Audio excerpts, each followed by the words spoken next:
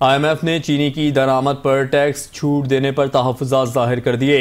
ज़राए के मुताबिक IMF ने तहफ़्फ़ुज़ात का इज़हार करते हुए कहा है कि ऐसे इक़दाम से $7 अरब कर्ज प्रोग्राम मुतासिर होने का खदशा हो सकता है। IMF के तहफ़्फ़ुज़ात पर हुकूमत ने मौक़िफ़ इख्तियार किया कि चीनी की दरामद फूड एमरजेंसी के तहत की जा रही है। तहम IMF ने हुकूमती वज़ाहत मुस्तरद करते हुए कहा कि चीनी दरामद पर टैक्स छूट IMF मुआहदे की खुली खिलाफ वर्जी है।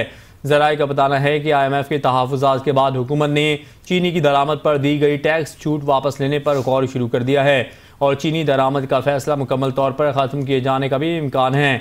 ज़राए के मुताबिक काबीना ने वज़ारत ख़जाना की राय के बगैर दरामद की मंजूरी दी थी।